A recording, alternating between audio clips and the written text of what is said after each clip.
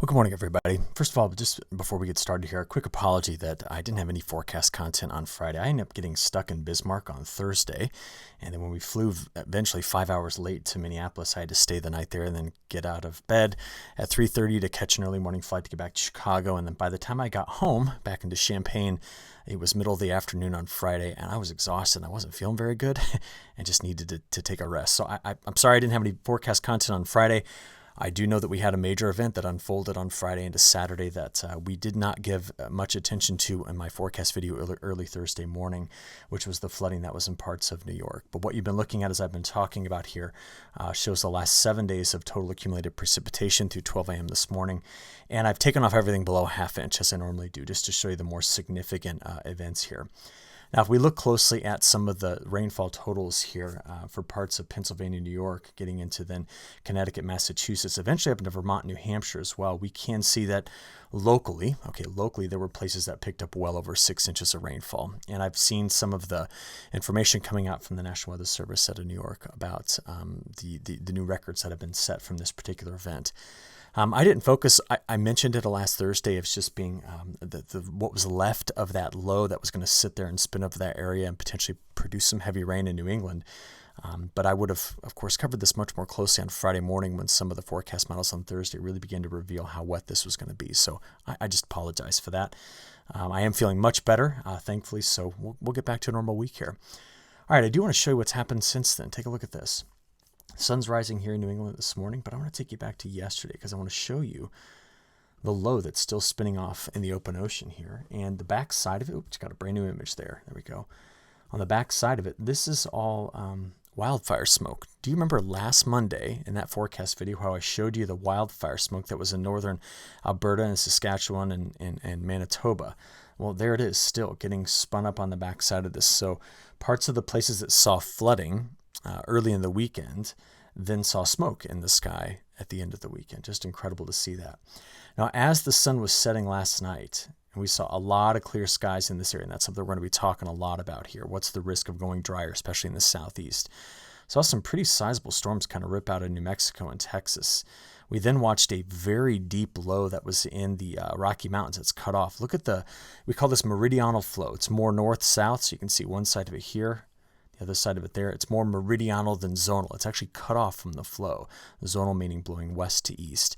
And that low, which is still sitting right here, it's going to have a little kick from it. There's another wave coming in, and it's going to grab this upper level low, and it's going to send it out into the plains.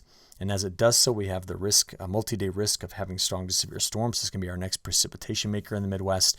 But we have to be talking about bigger picture water stresses going into fall. So let's do that here for a moment. This is what the month of September delivered in terms of precipitation anomalies. Notice how dry the eastern Great Lakes were, the Ohio River Basin, the Tennessee River Basin, down into the southeast, and then parts of the Mississippi Basin here in the Missouri River Basin. So there's just a lot of large water reservoirs, if you will, here in the central and eastern part of the country that really saw massive deficits in total moisture. You come out to the northwest, parts of the northern plains, get back into the west, there has been better moisture. Now, that's not true for this region of the Four Corners states, which, yes, the monsoon can extend in September, and it did not. But I just want to point this out. This is what September gave us. We need to see the result of that in a few moments. But since we are starting a new month now, October, I thought it'd be good just to go back and look at the entire year-to-date stats. So if you just want to see what they are, this is what I've got. So from January 1 through October 1, this is the year-to-date temperature ranks by climate district. And there is going to be a lot that needs to be studied about 2023 and how we got this. This is a unique distribution of precipitation stats across the country. Now, as we kind of look forward over the next 10 days, I'm just going to show you the European model. There's a few things I'm concerned about. One, we're going to see rain in through this area, but still drier on the tail end of the Missouri River, most of the Mississippi River, and parts of the Ohio River. But then the southeast goes over very dry as well. We do have multiple chances for moisture getting into the Pacific Northwest. It's going to be very wet in this part of like Manitoba into Ontario, and then even back here into parts of Saskatchewan. And we're quite wet into Quebec as well. Texas, now this is going to be something to watch carefully. If there's a wild card in this forecast, it's what could be happening in Texas that may begin life somewhere down here in the East Pacific. And believe it or not, there is something I'm going to be watching carefully, maybe coming out of the Bay of Campeche and getting into the Gulf of Mexico, which is still quite warm compared to its historical normals. So while we look at this and say, all right, next 10 days picked up by the European model, it's been consistent, no significant trends that I think are noteworthy here, other than a drier trend here and drier in the Midwest than originally forecast. But outside of that, I think we've got something to be watching carefully in the tropics. So I'll come back to that in just a second. But let me just continue this discussion on water. Latest root zone soil, or no, not root zone. This goes down to 40 inches. So some roots, but this is a 40-inch, 100-centimeter soil moisture percentile map. And again, it's showing us those significantly dry areas in parts of the Midwest, Great Lakes states, lower Mississippi River Valley, which we've been talking about for weeks, in fact, months, it feels like. Notice some of the recent rain has helped get into the Willamette Valley, getting up here through the I-5 corridor towards Seattle. And this whole region here along the coastal parts of Washington and Oregon has seen improvements overall. I'm worried about the development of flash drought in parts of the southeast and also over the Appalachian Mountains. We'll talk more about that in a second. But again, if you just look at this area, this is the drainage basin for our largest river network in North America. So we need to just see what this is doing, because we know that newest drought monitor released early morning, last Thursday, shows us at 56% land area that's covered. Now, if I were going to expect to see changes in this between now and the next one that'll be released later this week, I think it'll be down here in the southeast, and I think it's going to be in parts of the Midwest that we're going to continue to see some degradation before we see some improvement, okay? So let's get into some of the other data. Now, you know that last week the river gauge site that I like to show you for the Mississippi was down, so I'm just going to show you a different view of this. This is from water.weather.gov/AHPS. Go play around with this. Great site. Now, where we are in the world, that's Southern Illinois. This is the Boot Heel of Missouri, Kentucky, Tennessee, Arkansas, right? And I'm looking for the Mississippi here. For example, right after it gathers with the Ohio, this is the Ohio River at Cairo. You can see the map that just appeared in the upper right-hand corner. Low stage is at 9.2 feet. We are currently somewhere around 8, so it's well below low stage. You keep coming down, the next one you can pick up here is Hickman. You can see the same thing is going on. We are below low stage, and you can go to any of these along the Mississippi River. But you know, the one I've been focusing a lot on is down here in Memphis. So I'd like to show you just the latest data from Memphis, because this is still working in this area. Remember, low stage is minus 5 feet on this gauge. That's what that gauge says. Low stage is minus 5 feet. We're currently at about minus 10. We've been for a while. And as you can see in the projection, that's what you see going off in this direction here, is that because there's not a lot of water expected to come into the basin in the next 10 days, we don't expect to see it making a major recovery anytime soon. And this is beginning to put major pressure on a lot of things in ag that depend on that river. Now, I'm not an expert in those things like basis price and barge traffic, but people that are watching are. So listen to their commentary on these things. Now, we've said for a few weeks it would just be nice if we can get a slow-moving, non-damaging hurricane just to move up the Mississippi River to fill it up, given how quick harvest progress has been in here. But I don't see that happening. And just to give you a quick review of what this hurricane season has done, we have had 18 named systems, and that was not expected. Remember, earlier in the year, we were saying this could be a normal to above normal year. Normal would be around 14 to 15 named systems, but we are well above that. Now, the Gulf has not been the major producer. We had Harold. We also had, Idalia, forgive me. But the Gulf, even though it's been so warm, just had too much shear. It was not set up with the right initiation points for convection to get going in the tropics, and as a result, it's not been the producer. But we have made it all the way to letter R, 18 systems. That's, of course, not common during an El Nino. And the biggest one would have been Franklin and Lee in terms of producing the most accumulated cyclone energy. So if you're curious where we are, normal is down here, okay? And we are way up here currently at almost 125 units of ACE. So well above the historical averages by those accounts. Now, what we need to be watching, not shown well on this graphic, I'll show you that in a second. We have Philippe and Rena staying out to open ocean. But I'm curious about this guy right here. So I'm going to go back to Tomer's site and show you the East Pacific. And let's take a look at this map. Right now, Invest 98E, that's what it's called, has a 90% chance of development. And the situation is such that the way that the Pacific jet is coming in, the subtropical jet is developed, that if something does brew into this area, it's got this risk of getting turned into Mexico and getting, I don't know, kind of follow the lines. That's what the concern could be. This is still another week plus ahead of us, maybe even longer, before something like this could potentially happen.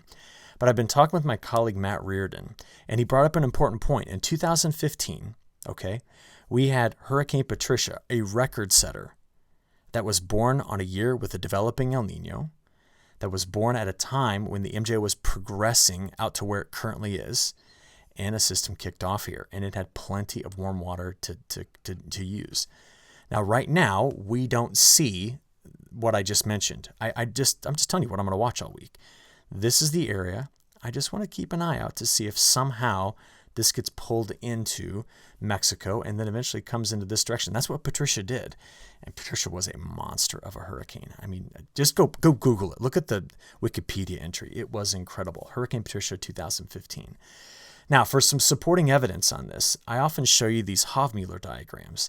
And this is what's interesting. Do you notice how things have gone back to running straight up and down on the diagram? See this? So these are the areas of subsidence that are setting up. I could make an argument that the MJO has popped out of the Pacific, and it's actually come back to set itself up right here through the first 7 days of October, and it stays in that area all the way to get to mid-October. We can also say that there's going to be a phase 1 effect that's starting to show up right over here as well. So subsidence in between these sets of lines, rising motion here and rising motion here.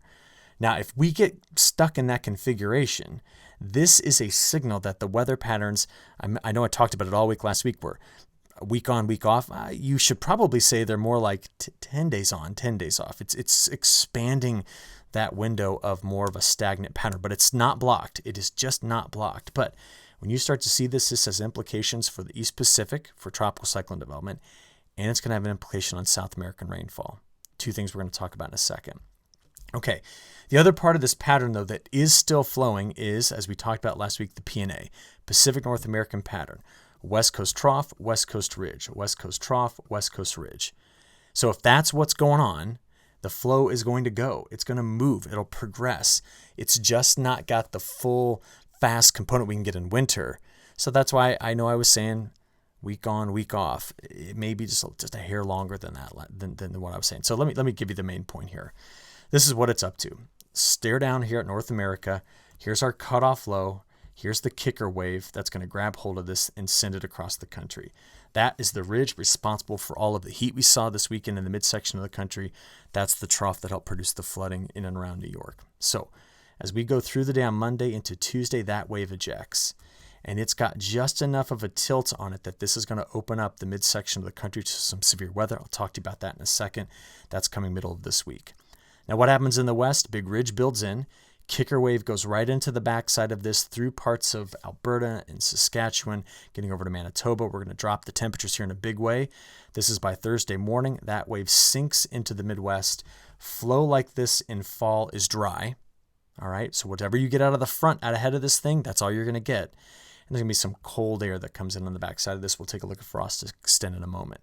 Meanwhile, they go hot here, Canadian Maritimes, hot in the west because of the ridges.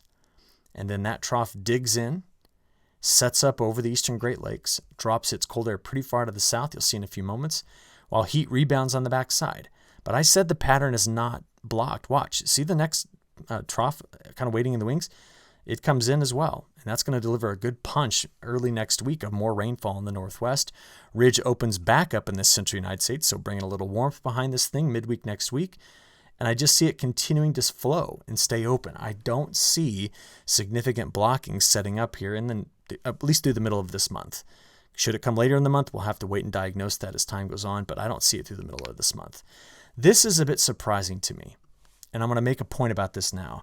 You see, if we're going to really move into an El Nino pattern dominating this fall and this winter, troughs in this area are not common. We tend to get the jet to go over this area, not through it. And this particular El Nino has not yet conformed to what we would call normal El Nino behavior. I mean, look at the hurricane season. We would expect that to have been suppressed in the Atlantic. It was not. Look at the drought that developed in the Midwest. That's very uncommon in an El Nino. We were super wet west. It's just a very odd setup here, and I need you to make sure that we know that we cannot over-attribute any forecast, because I'm going to show you a new long-range one in just a few moments. We cannot over-attribute any long-range forecast to El Nino because it has not behaved normally. So keep that in the back of your mind. This will produce a pretty wildly variable temperature pattern.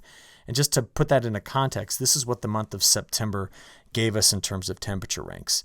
So New England, really deep into New England, up to Maine. The upper Midwest and Texas, these areas were all single digits, meaning that it was one of the hottest Septembers on record. Many of these locations in Texas have now been the hottest. If you were curious what the last week of September looked like, that's what it looked like. No early frost concerns at this point, through the end of September, of course. And everywhere that you see the number 1 there in the upper Midwest and Midwest, new record warmth for the last week of the month of September. It's actually hot, like summer hot, to finish this. But that change is coming very, very soon. And here's what the frost forecast looks like over the next 7 days. So again, when I make this map, what I do is I find every location that's going to touch 35 degrees Fahrenheit or colder in the next 7 days. And the reason why is because if you get down there at about 35, there will be local patchy frost, because you can easily get 3 degrees of variation that's not captured by the resolution of the models. So that's what we've got here. This is how much cool air is coming, but it's going to be a few days away for this section of the country while it's still sitting in the west today. All right, let's go look now at the precipitation before I come back to that temperature forecast. Today, tomorrow, and then the next day. This is what we're looking at in terms of severe weather. It looks like that day 2 on the 3rd of October, this is when we're going to see the front really open up and give us a pretty big area on the risk of severe storms. Looking at this morning's high-res NAM, you're going to see a whole lot of nothing happening here, but the upper level low is going to eject out of the Rocky Mountains here. It's coming through Utah into Wyoming. And look, this will be tonight. We're going to watch for those strong to severe storms to light up right along the Rocky Mountains. So keep an eye out if you're in this area for locally heavy rain, the risk for some hail, straight-line winds coming right off the mountains. There's another push of moisture coming into the Pacific Northwest late today into tonight. See it there? There's a lot of lighter precipitation, but it's coming through. Then you see where the low's curled up here from Montana through Wyoming and then finally getting out of the plains here. So this is tonight. As we play through Tuesday morning into Tuesday midday, we're going to watch Tuesday afternoon and evening right through this corridor, as we just saw in the Storm Prediction Center guide. So keep an eye out here on the back side of this. More stratiform rain. And then as we play to the overnight hours, this seems to press from Minneapolis through Des Moines all the way down here through central Kansas, down to this side of the Red River. So that's going to be where we get things by Tuesday night to Wednesday morning, and that front progresses. Now, because this low moves out, just already cooks right through the upper Midwest and goes to Ontario, the front's going to lose its luster by Wednesday. It's actually the second push of cold air behind this that's significant. This isn't the main push. That's by Wednesday afternoon. So this front kind of loses its main drive through the country. You need to see troughs dig, big lows dig, and that it's going to be the second one that does that. So we better go show you that one. Now, I want to bring this all together. I've talked about tropics. I've talked about the flow and the pattern. We're going to compare the GFS to the European model. European model's got about a 4% skill score increase over the GFS right now, but both models kind of have a similar setup. So you've seen through Tuesday into Wednesday. So that's when the low ejects. So this is going to be early Wednesday morning, overnight on Tuesday, really. This is getting into Wednesday, and the models drag that front right into this area by Wednesday night. So this will be another day of possibly strong to severe storms. Look at how heavy the rainfall could be down here in the south. And then as we play going from Wednesday night into Thursday morning, the low cuts through. And now this is the one that delivers the colder air. So there's actually two parts to this. There's the wave that follows versus the wave that ejects, okay? So it's the wave that follows that brings in the colder air. Now, as we play this forward, I got 3 things I want you to watch. 1 is the position of the low, 2 is the position of the front, and the third thing is what's coming out here. In fact, I guess we could add a fourth, and what comes out of the Bay of Campeche. This is Friday. I'm already at Friday night. Front is clearing its way into New England. It's in both models. We're going to watch that go by Saturday, delivering some more heavy rain into areas that got a lot of heavy rain. And take a look at that. The GFS is tossing out some snow into parts of Ontario, north of the Great Lakes. Watch it. We need to watch that carefully. As we play this forward into Sunday and Monday, this is what we need to keep an eye on. That low right there leaves a front that goes all the way to the Bay of Campeche. So that could be an initiation point. It's actually here also in the GFS. And the GFS has much more aggressively developed what was right now a 90% chance of developing. We're all the way up to next Monday. Now keep an eye on this. So as one system exits, we've got development here, and coming into the Baja, according to the GFS, is that system. Now, that's not the only game in town. There is another deeper low as the new trough arrives into the Pacific Northwest. And all I have to say is I'm going to be watching new trough arrive, old trough or old front lingering, and the GFS is suggesting moisture coming across Mexico, which is in drought right now. And this could get into Texas. So I just want to watch it. Please watch it with me. We just need to keep an eye on this. We always go from here and say, well, let's just see what the actual model output suggests. And I'm going to take you out a week in the European model, which takes you out about right there. Let's do the same thing in the GFS and then walk back and forth between the two of them. There's the GFS. Here's the European. Remember, these models have different resolution. That's why they look like that. And then we compare the two. We see that the GFS has got the wetter frontal boundary through the Midwest, which we need the GFS to be right in this area. And the GFS is much more aggressive on whatever this is and how it gets into Mexico. The European's more aggressive with what's going on here in the Bay of Campeche. The European's wetter here. It's also wetter into parts of Canada. So keep an eye on the differences in the model. There's a lot to be learned from this. From there, I do want to give you the probabilities. This is your next 5 days, best chance at getting an inch of rainfall. So look how wet we're going to be down here in parts of the south and southern plains. Then notice from parts of North Dakota, northern Minnesota, but getting into parts of Manitoba and a lot of Ontario here. But if we just keep playing this out, let's go all the way out to 10 days. This is the 10-day probability of an inch. You even saw the second wave coming in. You can now begin to see where that tropical system may be influencing what's happening in Mexico and also what's going on down in the Bay of Campeche. But there are some huge holes in this, which are better seen if I flip this over to the probability of getting less than a half inch. There will be rain and storms coming through here, but not much. And the flash drought concerns are major down here in parts of the southeast going forward. That's not to ignore what's happening here, for example, in Alberta, or what's going on in the plains or in the southwest. But these are a couple of areas that are already in drought we got to keep an eye on. All right, what about week 2? I think that the models are a little too slow in moving this dryness out because I think the pattern is open and moving better than suggested. So we'll just need to see if we can, throughout week 2, get better moisture coming back across the country. I've seen a trend toward less dry in this area in the latest forecasts. But with that second big wave coming in early next week into the northwest, we're going to see some more weather in that region. From here, let's go back to that temperature discussion. We're going to start off with minimum temperatures. Now look at this. Minimum temperatures this morning in the 70s here. This is closer to average high temperatures for this time of year. So we're, 30 degrees warmer than normal. Now watch the change. This is Monday into Tuesday, still hot. Wednesday starts to progress east. Thursday, now it's moving east. Remember, the second wave comes in on Friday. Saturday, look at that colder air. Now that's why you saw the frost risk. Just take a look at the map. This is Saturday morning's low temperatures. It is going to be chilly, and this gets us into Sunday. Now on the high temperature side of it, this is what Monday looks like. This is midsummer warmth. Very cold out in the west comparatively. But as the transition happens, the Midwest is going to cool off by Wednesday and Thursday. The West begins to warm.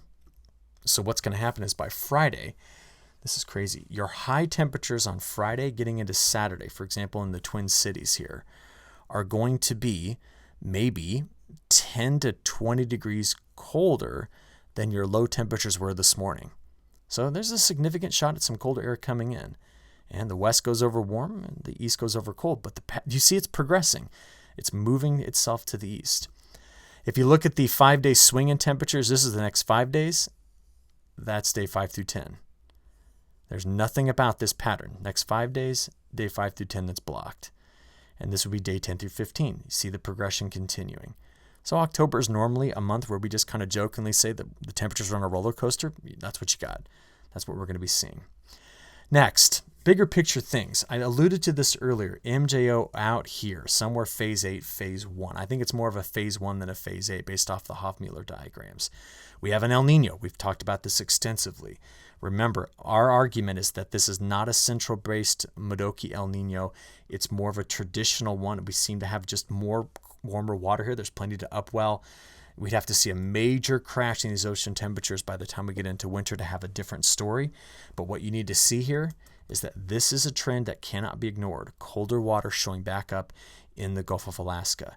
We still have the colder water here. What does this do? Does this prevent the jet stream this winter from doing this? Does it now accelerate through this area and hit the northwest harder? Do we still get the subtropical jet joining it? And if that's the case, if these come together sooner, what does that do to the rest of the United States? We got to talk more about that in these coming weeks. That trend right there might be more important than El Nino. And the reason I say that is El Nino has been outdone all summer and now into early fall by sub-seasonal factors, be it the MJO progression, maybe it was something to do with the Bermuda High leaving. In summer, it's always been outdone by something. And where is the evidence for me to say, no, King El Nino is going to come in and knock this all out? I just don't have it yet. But I will say this, if we do end up getting MJO phase 1 happening, this tends to give us a pretty highly amplified pattern across North America. Look at that. And if that's the case, this pattern doesn't get stuck. There's no omega block in this. There's no slowing it down. I think these troughs progress with time. October could be a very active month.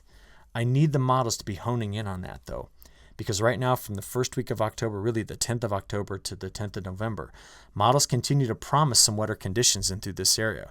Deeper troughs coming into the west and moving, but we've not yet seen that fully manifest itself. We've seen lows come through here, but they've not yet produced the rainfall that's needed. I think it's hard to overcome the dryness. Should the models be accounting for that? Yeah, they should, but I just think they're overly wet in this area because we've got to get water back into our major river basins in the Midwest. Take a look at it though. That's the newest update from the European model, 10th of October to 10th of November. To be a bit more supportive of this whole week on, week off, or 10-day on, 10-day off thing, I do want to show you the latest from the CFSV2, Climate Forecasting System version 2. We've already discussed why the next week looks like this, right? This is what the week following it looks like, week 2. So we start to push in wetter weather here. We go drier in the Midwest, but then as we expect, week 3 starts to see a shift. And by week 4, it comes back in. So do you see this? I see a progression, but I just don't see it happening as fast as I alluded to last week. I think we're going to start to push things around better mid to late October with the flow pattern maybe favoring more MJO phase 1 activity. Okay, that's kind of what I've got for the long range. We did get new data on Friday from our government, and the CPC suggests that October 14th to 27th has the greatest risk of being dry over parts of Kentucky and Tennessee and surrounding areas, including parts of the Ohio Valley. They're more mild west, but I wouldn't look at this and just assume that it's going to be mild the whole time. You're cold now, you warm up for the next 7-8 days, then there's another trough that comes through. This is going to be a highly volatile temperature pattern. Now, when you do look at the entire month-long forecast, they released this last Friday as well. There's a couple things I would just modify. This is a very El Nino October look, and this very mild air that you see in this area, just remember, you got a cold shot coming later this week, and then it's going to go back over mild, and then we're going to expect another shot at colder weather once we get past middle of the month. So it's going to go up and down in this area. So could we see through the end of the month more mild days than warm days? Possibly, which is why we would give it the above average look. But I don't know. I think this is giving the impression that October is just going to be a very warm month. El Nino Octobers normally aren't. They tend to be cooler in a few different areas here in the midsection of the country. So that also would affect this forecast for the monthly precipitation outlook. And it's got very dry east. And I think this was a lot based upon what the first 10 days of October may look like. But I think we need to see this progress with time and possibly not be so aggressive on the below normal precipitation here. Certainly the first 10 days are, but I'm not so sure that the rest of the month is, given the changes in the jet stream we've observed. Now, it is October 2nd, and there is only one model that is released, one long-range model that's released on October 1st. So if you're curious how the progression goes, CanSIPs, that's a Canadian forecast model, it's always first. So CanSIPs comes out, then on the 5th we get the European model, sometime between the 6th and the 7th we get the NMME.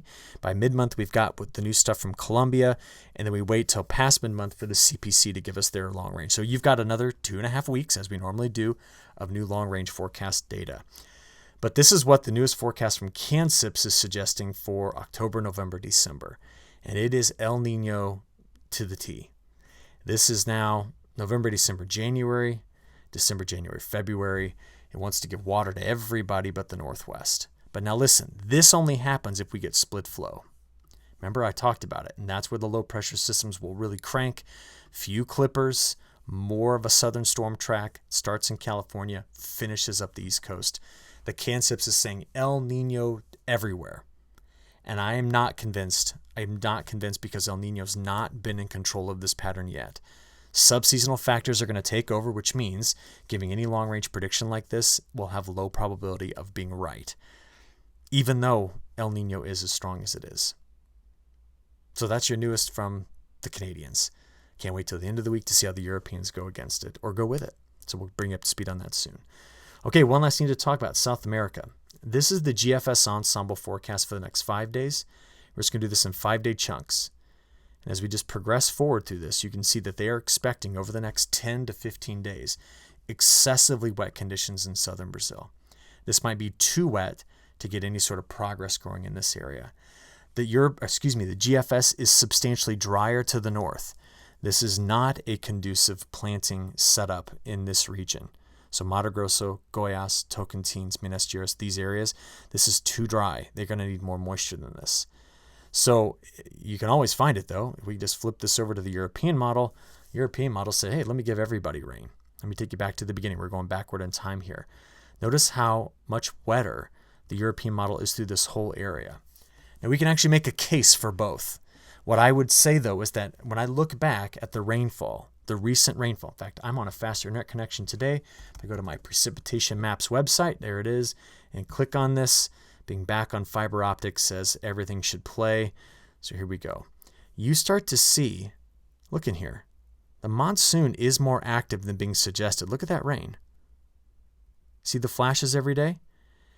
So if we see that coming into this area, then we should expect that this region is going to have enough rainfall to get a crop planted.